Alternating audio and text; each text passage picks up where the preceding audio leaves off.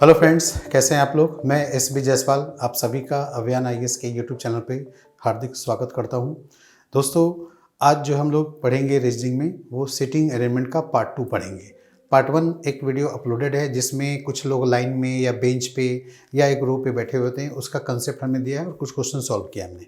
आज जो हम लोग करेंगे वो सर्कल के चारों ओर, स्क्वायर टेबल के चारों ओर, ठीक है, या हेक्सागोनल टेबल, कोई भी हो जिसमें कंसेप्ट तो लगभग एक ही रहता है। उस टाइप के क्वेश्चंस अगर हमारे सामने आ जाए तो क्या बनाना चाहिए, कैसे बनाना चाहिए, ठीक है। तो इसमें देखिए जो क्वेश्चंस, पहले कंसेप्ट मैं दे दूं।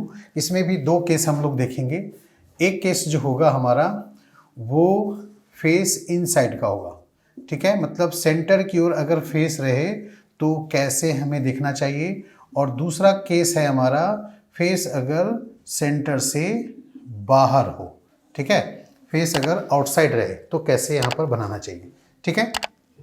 अगर फेस इनसाइड रहेगा तो उसके अनुसार में कैसे बनाएंगे, यहाँ पर मैं दोनों साथ साथ आपको समझा देता हूँ, ठीक है। मैं 6 बंदे का एग्जांपल ले रहा हूँ, ठीक है। इनका फेस जो है वो सेंटर की ओर मैंने रखा है, यहाँ पर एरो अंदर की ओर है, और दूसरा जो है वो सेंटर से बाहर की ओर है, ठीक है, यहाँ पर, ठीक है। तो इसमें दोनों कंसेप्ट में कैसे देखना चाहिए, देखिए। जब भी फेस सेंटर की ओर, जैसे मान लिया कोई बंदा है, एक ए नाम है उसका, अगर यहाँ बैठा हुआ है तो उसके लिए राइट किधर होगा, तो इस साइड, ठीक है, इधर राइट होंगे। ये राइट जो जा रहे हैं हम लोग, ये एंटी क्लॉकवाइज डायरेक्शन में जा रहे हैं, ठीक है। राइट इधर से आएंगे, ये इधर भी राइट होगा, ठीक है। ये राइट ऐसे होगा एंटी क्लॉकवाइज डायरेक्शन में, और इधर से ऐसे राइट आएगा, ठीक है। ये जो राइट हम लोग लेते हैं वो एंटी क्लॉकवाइज डायरेक्शन में लेते हैं जब उनका फेस सेंटर की ओर हो, केंद्र की ओर फेस हो तब, ठीक है। अब लेफ्ट किधर होगा, तो इसका उल्टा होगा, लेफ्ट इधर होना चाहिए, यानी लेफ्ट होगा वो क्लॉकवाइज डायरेक्शन में, ठीक है। ये लेफ्ट हुआ। एरो पे ध्यान दीजिएगा क्या मैंने लिख दिया है इधर, ठीक है, ये इस तरह से ठीक है। जिधर घड़ी की सुई चलती है उधर हम लोग क्लॉकवाइज बोलते हैं। क्लॉकवाइज मतलब घड़ी की सुई के डायरेक्शन में, तो ये जो है क्लॉकवाइज हो गया। उल्टी दिशा में चलेंगे तो एंटी क्लॉकवाइज होगा। तो ये लेफ्ट राइट हमें ऐसे ही देखना चाहिए, चाहे कोई भी बंदा कहीं बैठे। जैसे ए मैंने यहाँ बैठाया तो इसका राइट इधर होगा, अगर ए ऊपर होता तो राइट इधर ही आता एंटी क्लॉकवाइज में, ठीक है। ए यहाँ होता तो राइट इधर होता, ए इधर होता तो राइट ऐसे ही चलते, और लेफ्ट इधर से चलते, ठीक है। अगर आउटसाइड फेस में ए अगर यहाँ बैठा हुआ है तो ए के लिए बताओ अब राइट इधर से होगा, ठीक है। ये राइट कैसे चल रहे हैं, तो क्लॉकवाइज डायरेक्शन में, और इधर से अगर चले तो ये एंटी क्लॉकवाइज है तो इसमें लेफ्ट कहा जाएगा, ठीक है। इसकी तुलना जो है हम लोग साउथ फेस के हिसाब से कर सकते हैं। जैसे डायरेक्शन में आपने पढ़ा होगा, ठीक है, क्या पढ़ा था, तो किसी भी पॉइंट से ऊपर की ओर नॉर्थ होते हैं, नीचे की ओर साउथ होते हैं, है ना। ये सेंटर पॉइंट है अगर, और इधर क्या होते हैं, ईस्ट, और इधर वेस्ट होते हैं। तो हम लोग जब सेंटर पॉइंट से ऊपर की ओर रहते हैं, राइट इधर होता है ना, और साउथ के लिए राइट इधर होता है। तो साउथ फेस वाले ये डाउनवर्ड एरो मतलब राइट इधर हो गया, अपवर्ड एरो ये देखो ऊपर की ओर एरो है तो राइट इधर होता है, ठीक है। अब राइट यहाँ पर हम लोग नीचे की ओर आ रहे हैं, ऐसे आ रहे हैं राइट, है ना। ये राइट इधर से आ रहे हैं, ऐसे जा रहे हैं, और लेफ्ट में हम लोग इधर से लेफ्ट आते हैं। आपने पढ़ा होगा लेफ्ट का वीडियो, उसका वीडियो देख लीजिएगा डायरेक्शन का, तो वो इस पे एप्लीकेबल होता है। जो यहाँ पर राइट लिया गया वो क्लॉकवाइज लिया गया, ठीक है, और जो लेफ्ट लिया गया वो एंटी क्लॉकवाइज लिया गया, तो ये इस पे एप्लीकेबल होता है। लेफ्ट यहाँ पर एंटी क्लॉकवाइज है और राइट क्या है, क्लॉकवाइज।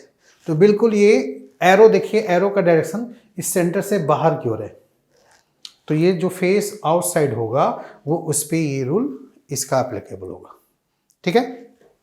तो इसी के हिसाब से आपको जो क्वेश्चन में बनाते समय गलतियां यही राइट लेफ्ट में होती है, तो इसलिए आपको अच्छी तरह से ध्यान रखनी है कि राइट जो है क्लॉकवाइज लेंगे और लेफ्ट जो है वो एंटी क्लॉकवाइज लेंगे अगर फेस सेंटर से बाहर की ओर है तब, ठीक है ना।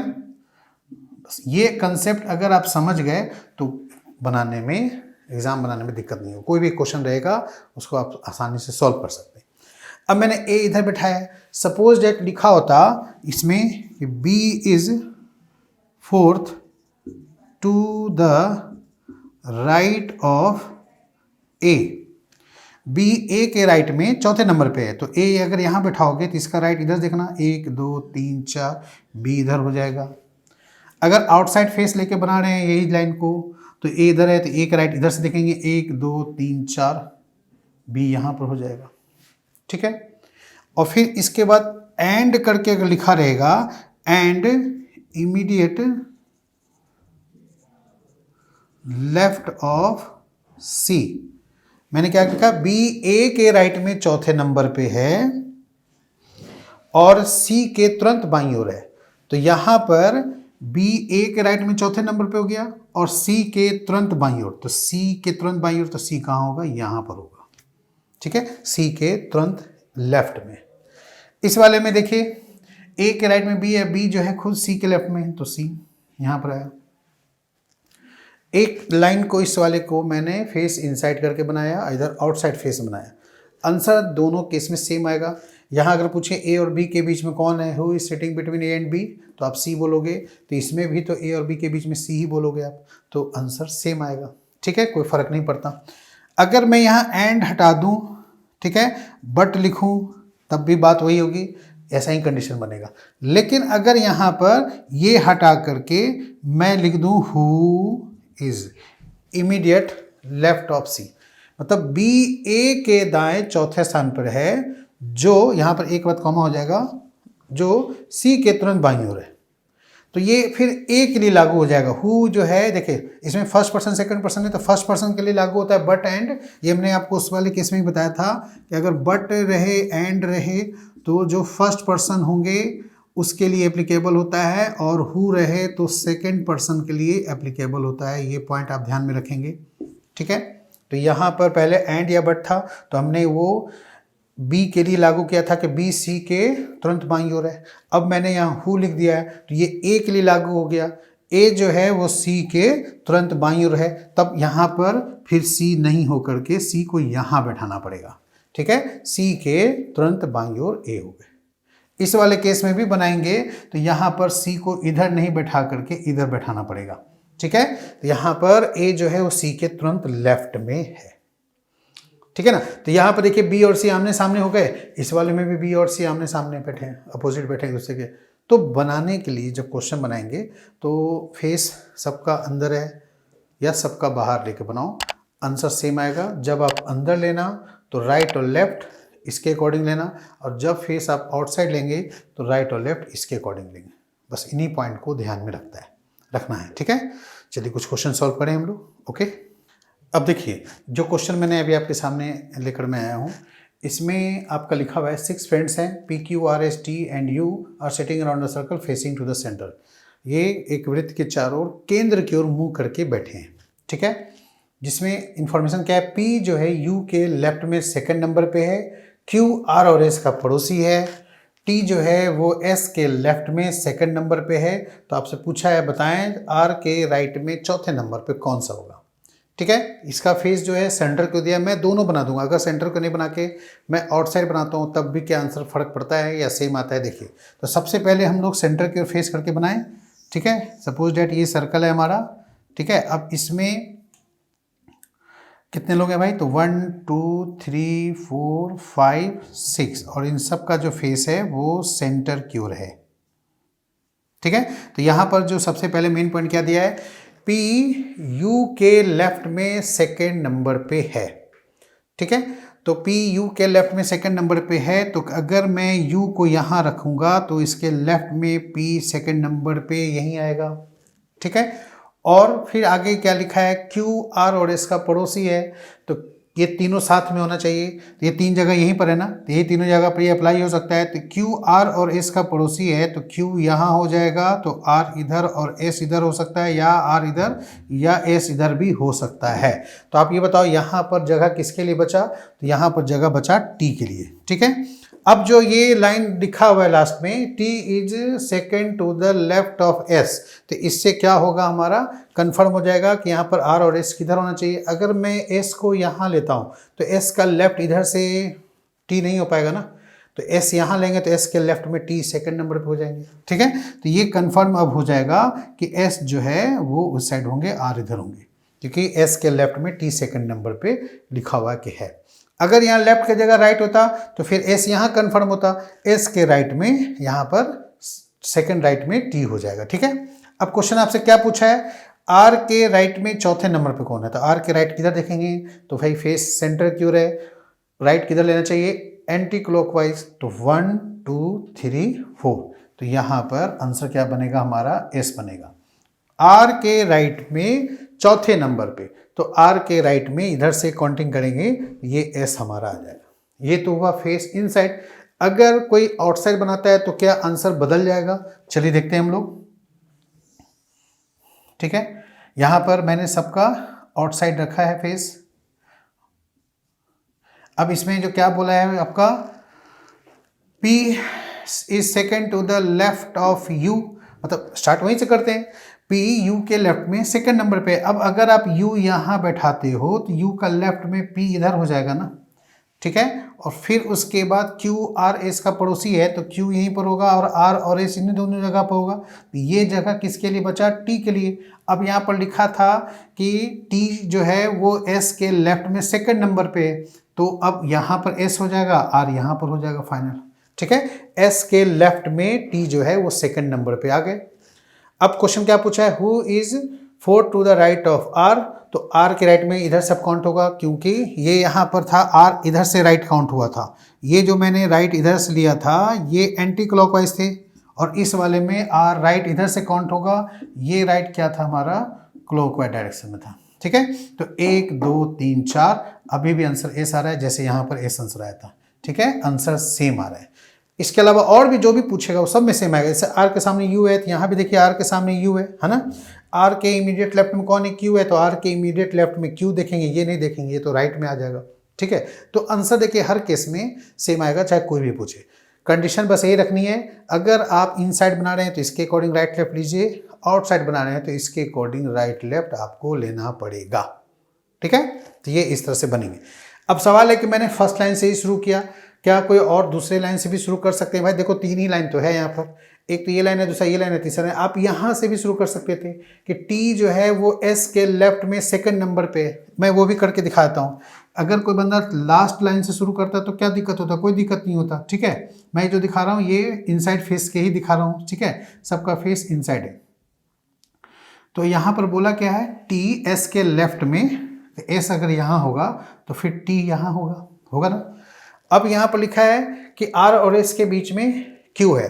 अब यहाँ खुद देखिए S जब यहाँ पर है तो फिर R यहीं पर होगा और इसके बीच में Q यहीं पर सेट होगा, क्योंकि और तो कहीं सेट हो नहीं सकता, क्योंकि Q जो है वो बीच में होना चाहिए, R और S का पड़ोसी है इसलिए। तो S आप पहले फिक्स कर चुके हैं ना, तो S के लेफ्ट में T आपने फिक्स कर लिया है, इसलिए S फिक्स हो गया, तो फिर R और Q भी अपने आप फिक्स हो जाएंगे। अब आपके सामने जो दो जगह बचा उस लाइन से हो जाएगा, P is second to the left of U, P U के लेफ्ट में सेकेंड नंबर पे है, तो फिर आप यहाँ पर U इधर बैठाएंगे और U के लेफ्ट में P सेकेंड नंबर पे हो जाएगा। ठीक है, तो आपने स्टार्ट किया लास्ट लाइन से, कोई फर्क पड़ेगा इससे, कोई फर्क नहीं पड़ेगा। आप कहीं भी कोई भी लाइन से आप ले सकते हो, देखना होगा कि इसमें कंफर्म आ सकता है। इसमें भी ऐसा नहीं कि कंफर्म नहीं था, आर और एस बाद में कंफर्म हो ही गए।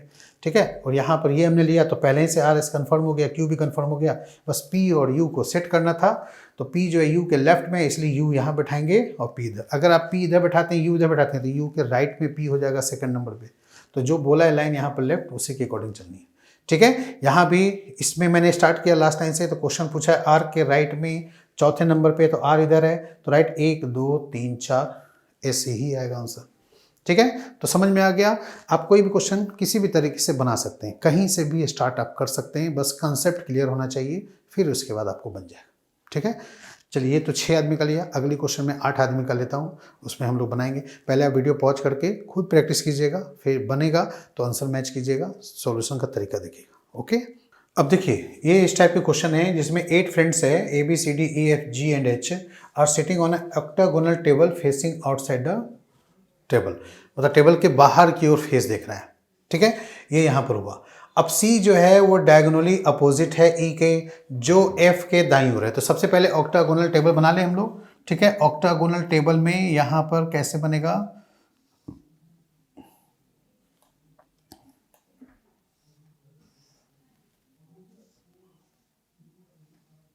ठीक है, तो 1 2 3 4 5 6 7 8 इस तरह से हमने बनाया। देखिए इस क्वेश्चन में ये नहीं लिखा है वो कॉर्नर पे बैठा है या मिडिल साइड पे बैठा है, ठीक है। जो भी लिखे हैं वो जो बनाएंगे, अगर नहीं ऐसा लिखा रहेगा तो आप या तो सबको कॉर्नर पे मान लो या सबको मिडिल साइड पे बना के बैठ के बना लो, उससे कोई फर्क नहीं पड़ता है, ठीक है।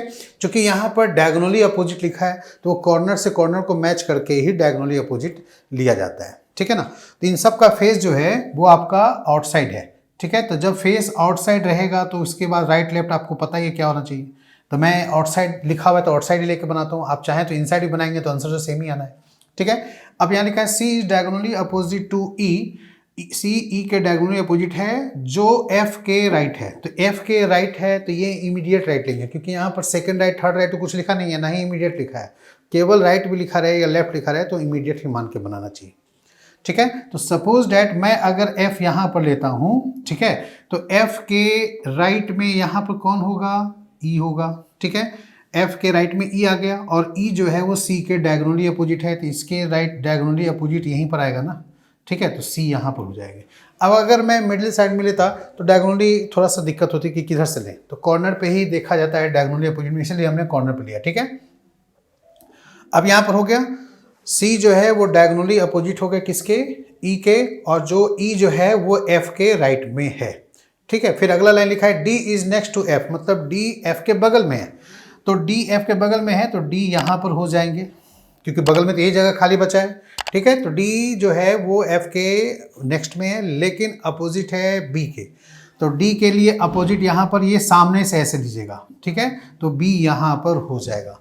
और B के लिए क्या लिखा है, हु इज ऑन, हु जिसके पास होता है उसी के लिए लागू होता है। तो B खुद जो है वो A के लेफ्ट में है, तो B जो है वो A के लेफ्ट में है तो A यहाँ पर होगा तभी इसके लेफ्ट में आएगा। अगर राइट लिखा होता तो फिर A को यहाँ पर हम बैठाते, ठीक है। बात समझ में आ गई। अब इसके बाद आगे देखिए क्या लिखा है, G जो है वो G is not on C is right, G C के राइट में नहीं बैठा है। तो C के राइट में G यहाँ पर नहीं होगा तो G के लिए जगह यही बचा ना। तो अब यहाँ किसके लिए जगह बचा, तो देखिए यहाँ पर A से लेकर के G तक सबके नाम में H नहीं आया तो H यहाँ पर हो जाएंगे, ठीक है। तो इस तरह से ये फाइनल हो गया। अब क्वेश्चन क्या पूछा है, C के राइट में कौन है, तो C के राइट में यहाँ कौन बैठेगा, तो वो आंसर क्या बनेगा, H पूछा है, H आ जाएगा। अगर अब अगला पूछा है H के लेफ्ट में 5वें नंबर पे कौन होगा, तो अब ये सबका फेस आउटसाइड है तो राइट हमने क्या लिया क्लॉकवाइज और लेफ्ट लेंगे एंटी क्लॉकवाइज। तो H के लेफ्ट में 5वां, तो H के लेफ्ट में 1 2 3 4 5, ये 5वें नंबर पे कौन आ गया, तो E आ जाएगा, ठीक है। 8 आदमी में सामने वाला चौथे नंबर पे आता है, तो सामने वाला ऐसे भी H G के चौथे नंबर पे आ गया, ठीक है। तो यहाँ पर लेफ्ट बोला है तो लेफ्ट इधर आ जाओ, तो चौथे के बाद 5वां नंबर यही होगा ना। तो फिर यहाँ पर E जो है वो H के लेफ्ट में 5वें नंबर पे आएगा। अगर राइट में पूछा होता इधर से आप जाएंगे ऐसे तो फिर B आंसर आएगा, राइट में पूछा होता तो ऑप्शन में B और E दोनों दिया रहेगा, तो इसलिए आपको ध्यान से देखनी है, कहीं ऐसा नहीं जल्दबाजी में लेफ्ट की जगह राइट काउंट कर लिए, ठीक है। यहाँ पर तो आपको बस ये देखना है फेस आउटसाइड है तो राइट क्लॉकवाइज और लेफ्ट एंटी क्लॉकवाइज चलना है आपको, ठीक है। तो उम्मीद करता हूँ आपको ये पसंद आया होगा, वीडियो समझ में भी कुछ आया होगा। अगर कुछ क्वेश्चन पूछना चाहते हैं तो आप कमेंट बॉक्स में जाएं, आप कमेंट में कुछ अपना कंसेप्ट पूछें, ठीक है। कुछ क्वेश्चन चाहते हैं क्वेश्चन अपलोड करें, उसका सॉल्यूशन आपको मिल जाएगा, ठीक है। वीडियो पसंद आया तो उसको लाइक करें, चैनल को सब्सक्राइब करें, ठीक है, और अपने दोस्तों के ग्रुप में शेयर करें। Okay, thanks.